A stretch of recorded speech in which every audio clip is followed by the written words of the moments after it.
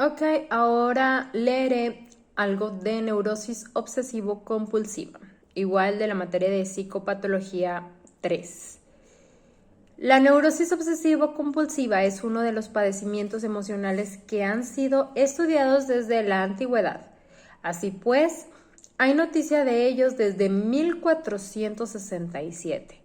En el cuadro 2.1 se presenta lo que se conocía al respecto desde esta fecha hasta 1895, cuando la comprensión de este trastorno fue estudiada por Freud, arrojando nueva luz sobre los correlatos inconscientes que la constituyen. Y aquí les va si se puede cambiar esto, el cuadro. A ver, ahí está. A ver si lo alcanzan a ver. Sí. Bueno, digamos que en 1467, no tiene autor, pero la descripción dice: los textos como Malleus Maleficarum hablan de posesiones demoníacas. Y luego también del autor, de ese mismo año, del autor Paracelso, la descripción describe a los obsesi, personas obsesionadas y compulsivas. En 1600, sin autor, dice que son bien conocidas las manifestaciones de escrupulosidad, dudas religiosas y devoción exagerada. Y luego en 1838, el autor Esquirol acuña el término obsesión.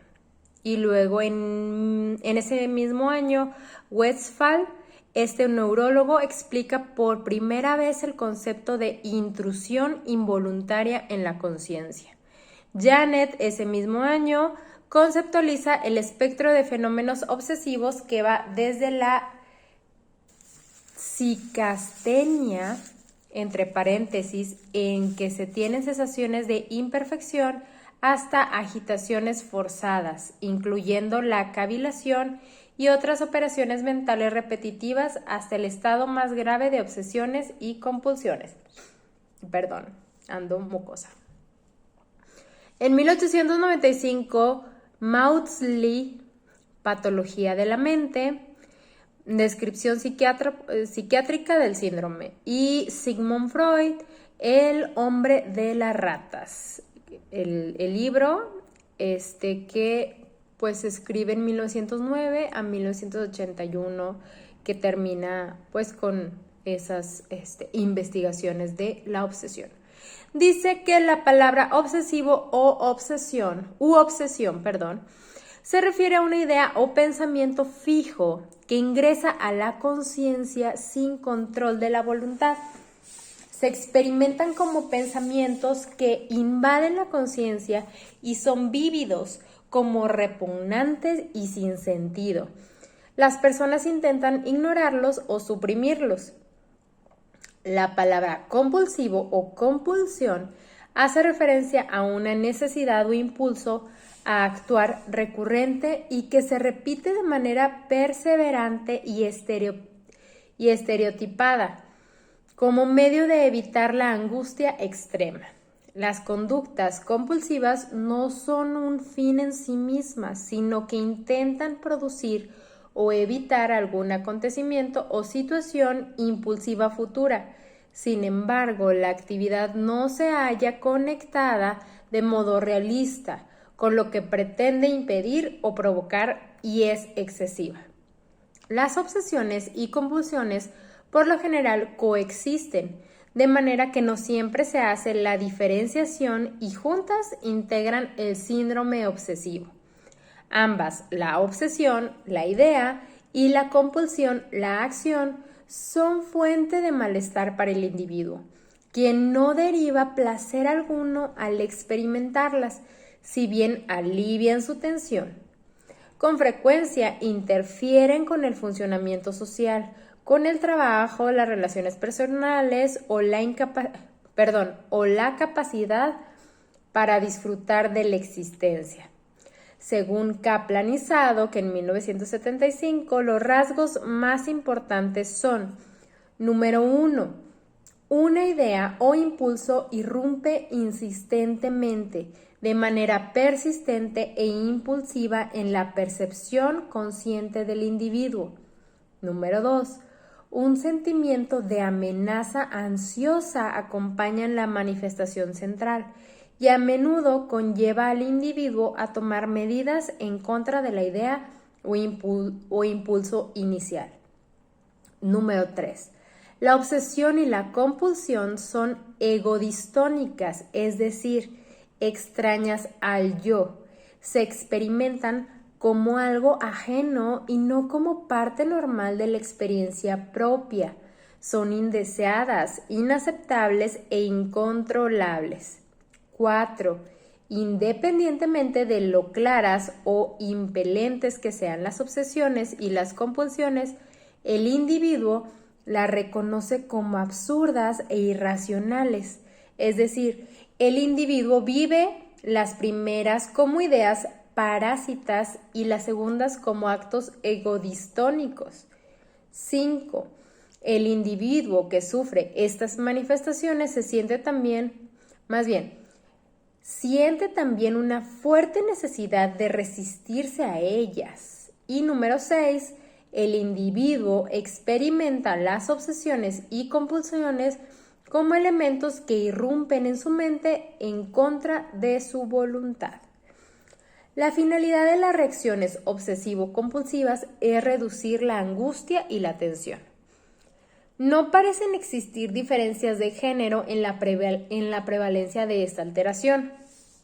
Una gran parte de adolescentes obsesivo-compulsivos tienen dificultad para establecer relaciones heterosexuales y, según muestran las encuestas, cuando son ya jóvenes adultos, hasta la mitad de ellos permanecen solteros. Algunos estudios indican que la frecuencia del trastorno es mayor en individuos de clase socioeconómica alta y en quienes poseen niveles de inteligencia superiores. Kaplan y Zadok, 1975. Los datos sobre las pautas familiares son escasos, pero sugieren que los padres y hermanos de los individuos con trastorno obsesivo-compulsivo tienen una incidencia significativamente más alta de esta enfermedad en comparación con la población de control y que la presencia de rasgos obsesivos es similarmente más elevada. Los estudios clínicos sugieren que hay una continuidad entre las formas infantiles y adolescentes de este trastorno y las que se presentan en adultos. La edad de inicio en la forma adolescente es menor en varones, 15.5 años, que en mujeres, 22 años. Esto según Rasmussen y Zhuang en 1986. Se ha observado en grupos de adolescentes que la edad promedio de comienzo de la enfermedad en su forma infantil fue de 9.6 años en varones y 11 en mujeres. Esto según Weddle et al. 1989. Estos estudios clínicos enfatizan la prolongada duración de los síntomas antes de solicitar atención clínica. No obstante, tanto quienes padecen este trastorno como quienes sufren algún otro solicitan ayuda con la misma frecuencia. En las personalidades normales existen componentes obsesivos tales como la perseverancia, la confianza, la escrupulosidad, ya que la disciplina, que suele formarse como identificación con los padres ordenados y disciplinados, tiende a perpetuar el control benéfico y a canalizar los impulsos de la primera infancia. Sin embargo, en este aspecto del desarrollo existe un límite claro entre los rasgos normales y neuróticos que corresponden ya a un trastorno de la personalidad obsesivo-compulsiva en el adolescente. Cuando estos rasgos aumentan y se tornan patológicos al impedir la actividad normal del joven, el desorden psicológico se manifiesta a través de las características tales como una preocupación constante e irracional e ideas y actos repetidos que entran en esta clasificación de obsesiones y compulsiones. Las obsesiones pueden ser clasificadas en 3 grandes grupos. Esto según Coderch en 1985, citado por González Núñez en 1992. 1. Obsesión ideativa. Está relacionada con el área intelectual, es decir, las ideas tales como dudas persistentes, escrúpulos exagerados, obsesiones en cuanto a ideas religiosas, dudas constantes acerca de la existencia, temor excesivo a contraer enfermedades. Aquí entran los que Kaplan y Zadok en 1975 llaman estados rumiativos obsesivos, como una forma especial de preocupación forzosa del pensamiento. El rasgo central de dichos estados es la cavilación o rumiación de un tema o problema, en donde se consideran sus pros y sus contras y se valoran las imponderables en un diálogo interior prolongado, sin frutos e inconcluso, lleno de dudas y de desesperación. Número 2. La obsesión fóbica.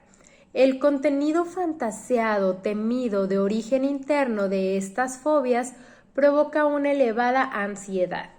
A diferencia de las fobias simples, en donde lo temido es una situación exterior objetiva, aparentemente, en la obsesión fóbica se teme no a la situación en sí, sino al pensamiento de esa situación o de ese objeto, cuando los mecanismos de defensa ya no son suficientes en una fobia. Esta puede convertirse en una obsesión. Obsesión impulsiva. Es el temor a cometer un acto agresivo en contra de alguna persona o de sí mismo, ya sea una agresión verbal o bien el pensar en actuar en una idea agresiva. Es poco frecuente que estas obsesiones lleguen a realizarse. Puede decirse que las obsesiones impulsivas expresan el sadismo infantil. Las compulsiones son actos anulatorios, en donde se realiza el acto compulsivo para no llevar a cabo el impulso. Si no se efectuara la compulsión, se tendría que llevar a cabo el impulso. Esto permanece como tal, no es llevado a la acción, pero el individuo teme que si no realiza el ritual compulsivo perderá el control y realizará el impulso prohibido. La compulsión no es necesariamente física. Como los actos rituales, quizás sea una necesidad de actuar de alguna manera socialmente inapropiada, manerismos personales, pero sin alcanzar la acción. Los impulsos prohibidos provocan tal ansiedad que obligan al individuo a evitar la situación o el objeto que provoca el impulso. Esta reacción de evitación también se observa en individuos con reacciones fóbicas típicas. Existen 2 tipos principales de actos compulsivos. Número 1, los que intentan establecer un control sobre el impulso como tal. El caso del individuo que compulsivamente necesita lavarse 3 veces la boca antes de salir a la escuela con la esperanza de no expresar verbalmente sus deseos de insultar y destruir a alguno de sus maestros. Y número 2, los que son un intento de intervenir en la defensa contra el impulso. Tal es el caso del individuo que necesita ordenar varias veces sus útiles escolares para poner en orden sus pensamientos, los cuales a su vez contienen fantasías agresivas hacia la autoridad que exige el cumplimiento de las reglas que él está impulsado a violar. Los primeros dan lugar al temor de retaliación, en donde el individuo teme que con la vara que se mide será medido y que da lugar también al dicho de ojo por ojo, diente por diente. Es decir, teme que igualmente será destruido si expresa ese impulso agresivo. Los actos compulsivos también pueden ser motivados por la culpa que siente el individuo ante la probabilidad de la expresión del impulso temido o prohibido. Es decir, la culpa promueve actos compulsivos que tratan de intervenir sobre la defensa contra el impulso. La enfermedad obsesivo-compulsiva se produce predominantemente en la adolescencia o la juventud. Generalmente se encuentra ligada a un acontecimiento infantil que produce un alto grado de hostilidad y agresión que puede ser reactivado por un evento externo. La mayoría de los pacientes adolescentes experimenta tanto obsesiones como compulsiones y son pocos quienes solamente tienen una o la otra. Esto según Riddle y otros en 1990. Suele haber más de una obsesión o compulsión específica y ciertamente los síntomas cambian gradualmente en su enfoque y contenido. A pesar de que el repertorio de obsesiones pueden modificarse mucho, la investigación clínica sugiere que hay determinados contenidos que se reportan con mayor frecuencia. En su investigación de 70 casos clínicos de adolescentes, Suedo y colaboradores en 1989 encontraron que entre las obsesiones más frecuentes están las preocupaciones por la tierra y los gérmenes, miedo a que pase algo malo a los seres queridos, escrupulosidad religiosa, preocupación por las funciones corporales, los números de la suerte, preocupaciones sexuales o agresivas y el temor a ser dañado. Actualmente en los adolescentes existen ideas obsesivas alrededor de la muerte, SIDA, drogas y cáncer. Perdón. Si bien es cierto, por otra parte, que en una compulsión puede ser creada a partir de cualquier acción, los tipos más comúnmente reportados en los estudios clínicos de adolescentes y adultos son apenas unos cuantos. La muestra de adolescentes del estudio antes mencionado registró, en orden de frecuencia, rituales de limpieza, acciones repetitivas, hacer y deshacer, y rituales de comprobación. Otros individuos reportan tener rituales para protegerse a sí mismos de la enfermedad o daño físico, maniobras de orden y comportamientos de conteo. Es importante señalar que las drogas y el alcohol favorecen la repetición de ideas obsesivas y de actos compulsivos. Algunos ejemplos de obsesiones típicas son pensamientos, imágenes, palabras, dudas, escenas fantaseadas de violencia o sexo, incapacidad para elegir en asuntos poco importantes para el individuo, tratar de recordar cada palabra de una conversación, pensar palabras al revés, no admitir fantasías de seducciones homosexuales, porque esto es signo de 7 años de mala suerte, etc. Ejemplos de compulsiones típicas quizás sean lavar, limpiar, checar, contar, rezar, lavarse las manos constantemente, tallar los pisos, sacudir varias veces al día, revisar las puertas, ventanas, cerrojos, luces, repetidamente, buscar signos de cáncer en el propio cuerpo, buscar animales muertos en la calle, acudir a verificar alarmas de fuego falsas, contar ladrillos, losetas del piso, manchas, evitar la raya del suelo, contar borreguitos para dormir, poner ropa, herramientas o papeles en orden determinado una y otra vez. Algunas compulsiones que actualmente se pueden observar en adolescentes son comer y beber, coleccionar discos, revistas, fotos de artistas o deportistas, camisetas, escuchar la radio o ver ciertos programas. En el caso de los varones, ver un juego deportivo y en las mujeres alguna telenovela. Otras compulsiones son las de asistir a conciertos musicales, escribir los chistes que se escuchan en una reunión, etc. Dentro del ámbito sexual se presenta la masturbación como compulsión entre los varones y pintarse o arreglarse constantemente en las mujeres. A medida que estos síntomas se desarrollan, ocurren algunas cosas al interior de las familias de los individuos con este trastorno. En general, estos pacientes se sienten avergonzados y mantienen ocultos el contenido y la severidad de sus obsesiones y compulsiones. Sin embargo, se ha visto que difícilmente los padres pierden de vista lo que les ocurre a sus hijos En ocasiones tratan de disuadirlos de continuar con sus rituales, brindándoles asistencia para evitarlos. Esta puede ser una experiencia frustrante y dolorosa en la relación padre e hijo, pues los padres reconocen que los hijos han perdido el control de sus pensamientos o acciones y que su ayuda no brinda alivio alguno a la ansiedad de su hijo.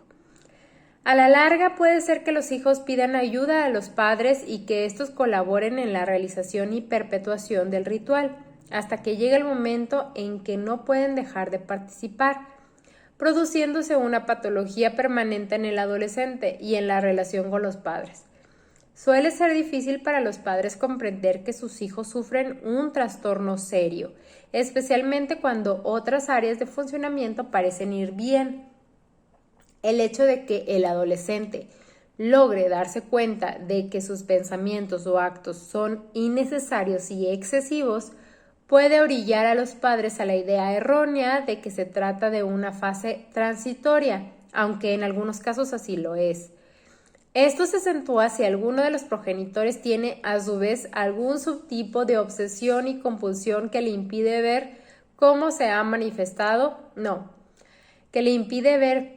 ha intensificado el síntoma en su hijo.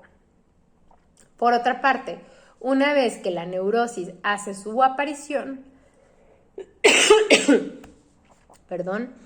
la sola mejoría del medio, aunque sea considerable, es insuficiente para invertir el proceso morboso, según Hofling en 1974-1981. Esta circunstancia se origina en gran medida porque el proceso de regresión tiende a movilizar los conflictos inconscientes de larga duración que provienen de la niñez temprana, entre paréntesis, fundamentalmente del periodo de entrenamiento muscular esfinteriano. Conflictos que, una vez despertados, actúan con cierto grado de independencia de la situación real del momento. El fenómeno en el cual los impulsos inaceptables logran penetrar en el dominio de la conciencia o hallar acción expresiva a pesar de los vigorosos esfuerzos que una parte de la personalidad del individuo dirige contra ellos, se conoce como retorno de lo reprimido. El primer producto valioso del niño son las heces fecales. Si bien en la etapa anterior del desarrollo no le causaban repugnancia a los padres, en la etapa anal, dada la alimentación y el funcionamiento estomacal, sí lo hacen y son rechazadas. El infante tiene conciencia de que sus heces fecales son de él y si quiere puede donarlas como muestra de cariño o puede retenerlas como muestra de su poder sobre ellas. Esta es la forma característica en que durante la adolescencia y la edad adulta se utilizará el dinero. La familia del futuro obsesivo se caracteriza por estar constituida por una madre rígida y compulsiva que exige que el niño se doblegue ante sus deseos, en especial los de limpieza y orden. El padre es también una figura exigente que posee la constante intención de coartar las tendencias impulsivas del niño, esto según González Núñez en 1992. A veces los padres son poco afectuosos y no le permiten a su hijo jugar, sino que se le obliga a estudiar o a hacer cosas de provecho todo el tiempo. El niño en constante lucha con los padres, primero en la etapa oral por la expresión impulsiva propia de esa edad y la alimentación, pasa ahora a establecer esa pugna en lo relativo a los impulsos sádico-anales y hábitos higiénicos. Piensa que si obedece, no perderá el amor de los padres y si desobedece, sufrirá el castigo impuesto por ellos. Dicho castigo será la expiación permanente y por ende la pérdida del amor de los padres. A nivel fantasía, la personalidad del niño no sufrirá ninguna alteración si su yo es capaz de dar satisfacción a sus demandas impulsivas y a los deseos de sus padres. El conflicto obsesivo se caracteriza por una lucha constante entre la obediencia y el desafío. lo que llega a la constante duda de si debe ser bueno o si puede ser malo. Esta situación conduce al individuo a una oscilación entre los afectos de miedo e ira. Miedo por el deseo de actuar, su mala conducta y ser atacado por ello. Ira porque tiene que abandonar sus tendencias y someterse a la autoridad. Así que el miedo tiene origen en el desafío y conduce a la obediencia. La ira tiene su origen en la obediencia y lleva nuevamente al obsesivo al desafío. Dado que las fantasías de obediencia y desafío son muy fuertes y conllevan a una sumisión humillante, las experiencias críticas importantes necesitan defensas extremas y rígidas. El padre del adolescente obsesivo es ambivalente y suele controlar al hijo a través del dinero, demandando obediencia y sometimiento, lo cual produce en el adolescente mucho coraje y desafío hacia el padre, siendo así probable que el hijo repita en una identificación con el sometedor el mismo conflicto. Retener u otorgar dinero equivale a controlar el esfínter o no. Pero ante el control o la expulsión, el obsesivo mantendrá la misma actitud ambivalente o de duda. Los padres internalizados le servirán siempre de jueces. En el conflicto obsesivo, la puntualidad, la escrupulosidad, pulcritud, orden y el cumplimiento estricto de las obligaciones tienen que ver con los impulsos y la forma en que estos se adaptan a la autoridad, especialmente a la autoridad paterna. En el periodo de la fase anal, el niño puede observar y mantener una representación mental de su cuerpo y de los otros. Y trata de encontrar representaciones verbales para la experiencia. En este tiempo lucha por usar representaciones verbales en sustitución de la acción corporal. Así, se da un conflicto entre la expresión y la acción corporal. El niño experimentará ambivalencia por producir una expresión verbal o simplemente actuar, según Tobin y Riddle de 1991. La proliferación de reglas para equilibrar sus fuertes impulsos para actuar refleja esta lucha, así como el progreso en el desarrollo del super-yo. Es una época en la que trata de solidificar funciones psicológicas críticas, tales como el sentido del sí mismo, comprender la distinción entre lo que está dentro y lo que está fuera del cuerpo y el control de las experiencias internas, afectos, emociones y pensamientos. Los síntomas obsesivo-compulsivos pueden presentar muchas formas. El rasgo más sobresaliente lo constituye la vacilación y la duda que ocurren como resultado de la pugna interna continua contra el síntoma. Hay culpa y vergüenza que son resultado del fracaso para defenderse de los impulsos anales inconscientes. Estos impulsos agresivos son los que existieron junto con los impulsos sexuales en un momento del desarrollo psicosexual en que el yo estaba poco preparado para hacerle frente a las prohibiciones superyoicas. Como resultado, el yo, adaptativamente, produce síntomas de excesiva limpieza, excesiva conciencia, mientras que los impulsos libidinales se regresionan de un estado genital a uno anal sádico. En 1969, Anna Freud, según Tobin y Riddle en 1991, describía dos caminos potenciales en el desarrollo de la neurosis obsesiva. En el primero hay una maduración precoz del yo y del superyo, en comparación con el ello.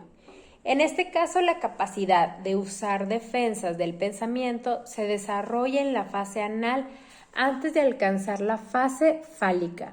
En el segundo, la maduración normal de las tres instancias psíquicas va acompañada por una regresión. En ambos casos, el resultado es una respuesta punitiva e intolerante de parte del yo y del superyo, simultánea a los impulsos analsádicos intensificados.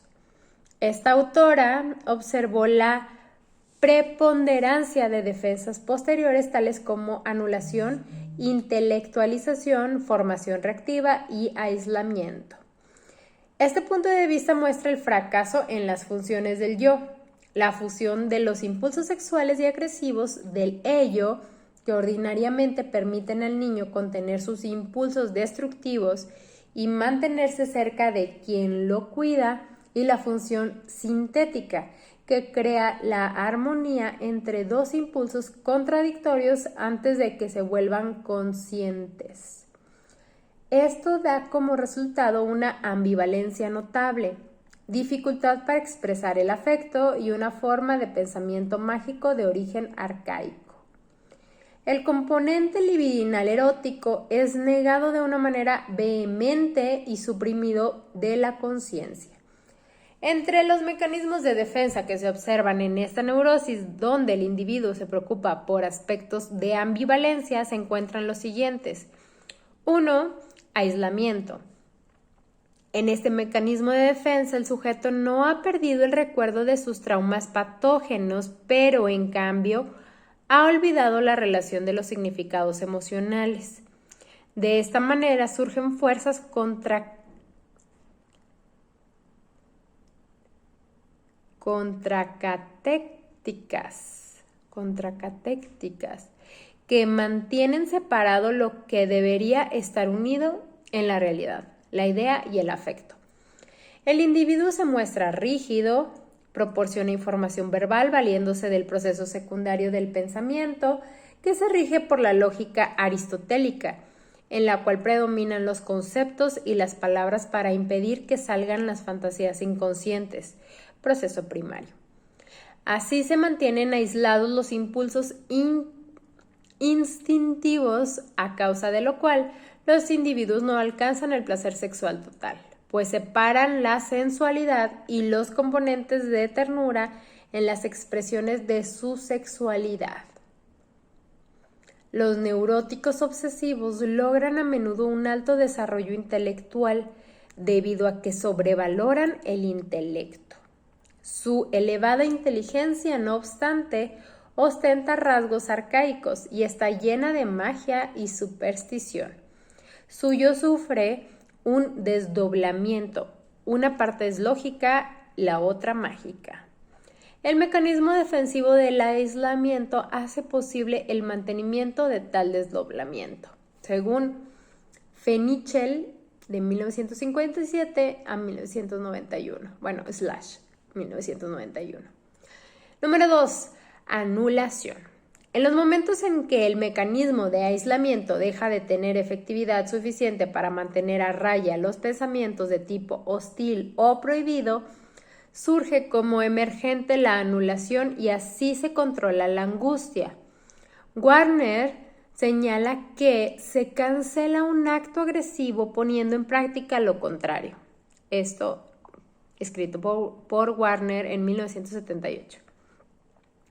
La anulación es una fórmula paradójica. Es el hecho de repetir un acto en la forma similar para deshacer lo que se hizo anteriormente. El análisis demuestra que la realización del primer acto obedece a elementos instintivos inconscientes. En cambio, la repetición del acto lleva la finalidad de despojar el significado inconsciente que se presentó primero. Frecuentemente, la intención de anular fracasa porque lo rechazado y reprimido surge nuevamente. Así, la anulación se convierte en un estímulo que desencadena de nuevo el pensamiento obsesivo que la persona desea evitar, de tal manera que la persona se encuentra atrapada en un círculo de hacer, deshacer, hacer, deshacer. Número 3. Formación reactiva.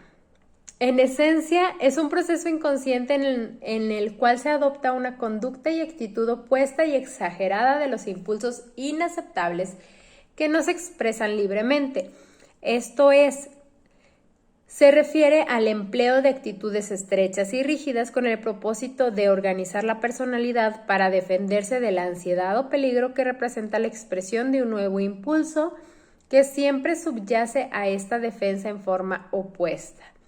La conducta que se manifiesta como resultado de esta defensa pocas veces tiene éxito, ya que por lo general resulta exagerada y muchas veces inapropiada, pero ofrece una mayor protección contra los elementos de la ansiedad que el aislamiento y la anulación.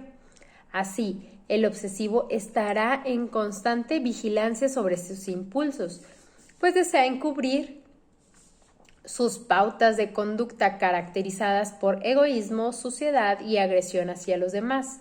Para cada impulso siempre habrá una defensa en sentido contrario de la misma o mayor magnitud.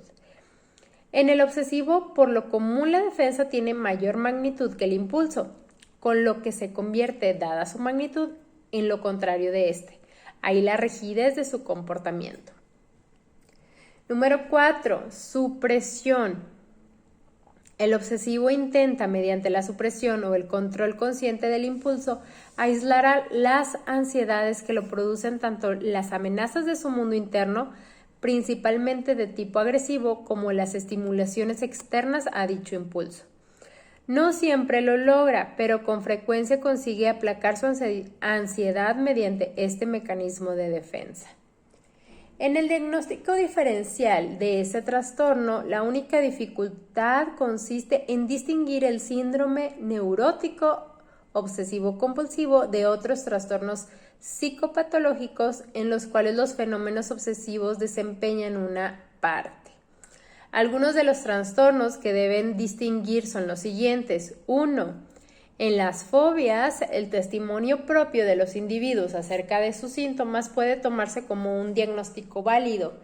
Si tiene que evitar algo fuera de sí para escapar de la ansiedad, tiene una fobia. Si está temeroso de sus propios pensamientos internos o impulsos, tiene una obsesión. 2. La depresión. La depresión acompaña a menudo los síntomas obsesivos. Las quejas principales del individuo deprimido involucran la pérdida de la ilusión y el interés en la vida sin esperar ayuda de los demás, mientras que el individuo neurótico obsesivo-compulsivo tiende a estar más ansioso que deprimido. Lo que es más, las obsesiones neuróticas tienden a ser menos incapacitantes que los síntomas depresivos, en donde sí hay amenaza de suicidio. Los individuos obsesivo-compulsivos rara vez intentan el suicidio. Número 3. Es común considerar a la esquizofrenia en la evaluación diagnóstica de cualquier individuo obsesivo-compulsivo, debido a que sus obsesiones o compulsiones pueden tener una cualidad irracional o extravagante. Las obsesiones ocurren ocasionalmente como parte de los síndromes esquizofrénicos, pero en general se insertan como una parte de una idea delirante. El individuo con trastorno neurótico quizá tema volverse loco, pero es poco probable que esto suceda, pues en este trastorno la evaluación de la realidad siempre se mantiene por lo general dentro de los límites normales. Esto según Frazier y Carr, 1976. Por ello, el individuo puede razonar que es la idea de su actuación violenta la cual teme, cuando en realidad lo que le asalta es el temor a ejecutar actos hostiles y no tanto a la acción en sí. En general, el obsesivo compulsivo no reporta una historia de niñez con problemas para controlar sus rabietas y conductas impulsivas, y además suele responder a una discusión tranquilizadora acerca de la diferencia entre pensamientos y acciones. Esto según Salomón y Patch en 1976. Por último, voy a leer un caso ilustrativo. Francisco es un adolescente de 17 años con un trastorno obsesivo compulsivo. Presenta síntomas compulsivos tales como guardar los lápices en el bote portalápices de acuerdo con el número y grosor del grafito de cada uno. Acomoda todas sus playeras según su color y las separa por textura. Coloca y ordena sus billetes con la cara hacia arriba. Tiene ideas obsesivas tales como lo que debe hacer para anotar un gol en el próximo juego, lo cual no cesa de presentarse cuando haya en su mente una solución estratégica para lograrlo, sino que continúa irrumpiendo en su mente aún en contra de su voluntad. Dicha idea obsesiva no lo deja ocuparse de asuntos pendientes y más importantes que se le presentan durante el día, como su tarea o algún deber en la casa. Asimismo, Francisco presenta obsesiones de tipo fóbico, en donde se llena de ansiedad y repulsión de tan solo pensar en la posibilidad de encontrar a una Catarina en el jardín. Francisco expresa su molestia e irritación ante el desorden, siendo este un motivo frecuente de enojo hacia su madre, quien es poco ordenada. Ella suele dejar sus documentos sobre la mesa del comedor cuando se va y los deja allí varios días. Si cambia de bolsa para combinarla con su ropa, deja la anterior también sobre el comedor, junto con los pañuelos desechables usados, recibos viejos, cerillos quemados, etc. Hechos que enojan muchísimo a Francisco. Lo llevan a percibir a su madre como sucia, desordenada y poco digna de confianza. El conflicto de Francisco se gesta desde los 7 años, edad en la que pierde a su padre. Su orfandad temprana lo dejó con dolor, angustia y desesperación. Esta desesperación es la que él siente ante el desorden interno que queda al perder a un ser tan querido, pues fue como su amigo, dice, sintiéndose desde entonces solo, perdido, en peligro, con el riesgo de morir. La muerte de su padre y su ausencia súbita impactó el aparato perceptual de Francisco. Las repercusiones fueron cognitivas, presentando retraso escolar al afectarse el desarrollo del lenguaje y coordinación, y sociales, al inhibirse su conducta, torpeza en las relaciones interpersonales y sentimientos de inferioridad, como si quisiera negar la ausencia del padre. La muerte de su padre produjo en Francisco fuertes sentimientos de minusvalía e incapacidad. Con las reacciones obsesivo-compulsivas ya descritas, el yo de Francisco persigue inconscientemente el propósito defensivo de reducir la angustia y la tensión. Es un trastorno que afecta los propósitos adaptativos del adolescente, pues interfiere con su funcionamiento social, sus estudios y su capacidad de disfrutar la propia existencia. Ciertamente, este trastorno es un intento de autocura, pues lo que Francisco intenta es superar la angustia de haber perdido a su padre en una época en que, a pesar de estar en la latencia, aún tenía intensos sentimientos hostiles hacia éste, ya que él representaba su rival edípico en el amor hacia su madre. Más aún, mediante este trastorno, Francisco trata de controlar los intensos sentimientos hostiles que experimenta hacia su madre. Su hostilidad hacia ella cumple un doble propósito. Por una parte, expresa la ira y el coraje que siente hacia su madre, a quien culpa por la muerte de su padre. Es como si inconscientemente la acusara con estas palabras: si lo hubieras cuidado más, no hubiera muerto. En su hostilidad expresa los aspectos negativos de la represión mental que tiene de su madre, percibiéndola como una persona descuidada, impulsiva, desesperada y cobarde. El segundo propósito de la hostilidad es defensivo, ya que resulta de una formación reactiva ante el amor incestuoso que siente hacia su madre, quien nunca se ha ido y siempre lo apoya. El amor hacia su madre fortalece a Francisco internamente, pero también le resulta amenazante cuando se asocia con deseos o fantasías incestuosas, y lo que es aún más ahora que no hay un padre que rija sus deseos y limite su conducta. La persistencia de esta sintomatología en Francisco lo llevó a solicitar tratamiento de psicoterapia psicoanalítica. El hecho de que se encontraba a un año de terminar sus estudios de bachillerato lo angustiaba más por el temor a no poder ajustarse normalmente a la vida universitaria. Su deseo de asistir a psicoterapia para aliviar su angustia y resolver sus problemas de adaptación y de relación con las mujeres se unía al deseo de clarificar su vocación profesional para poder elegir carrera, ya que en ese momento de confusión y angustia no podía definir su vocación de acuerdo con sus identificaciones paternas. Y hasta aquí fue todo.